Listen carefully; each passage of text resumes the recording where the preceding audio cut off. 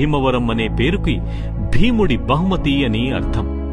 ఒక పురాణం ప్రకారం సుమారు 890-918 ఏడీలో చాళుక్య భీముడు అనే తూర్పు చాళుక్య రాజు భీమేశ్వర దేవాలయం నిర్మాణం గావించి ఈ పట్టణానికి పునాది వేశాడు.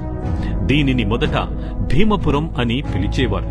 కాని ఆ పేరు క్రమంగా భీమవరంగా మారింది. మహాత్మా గాంధీ 1920లో సహాయ నిరాకరణ ఉద్యమాన్ని ప్రారంభించారు.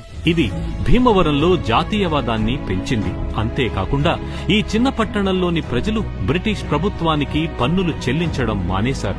ఈ శక్తివంతమైన తిరుగుబాటు ఉద్యమం గురించి తెలుసుకున్న గాంధీజీ తన హరిజన్ పత్రికలో భీమవరాన్ని రెండవ బార్డోలీ అని ప్రశంసించారు. మహాత్మా గాంధీ 1932లో ఆంధ్రప్రదేశ్ పర్యటనలో భాగంగా భీమవరం వచ్చి స్వాతంత్ర్య ఉద్యమంలో అందరూ పాల్గొనవలసిన అవసరాన్ని ప్రస్తావించారు.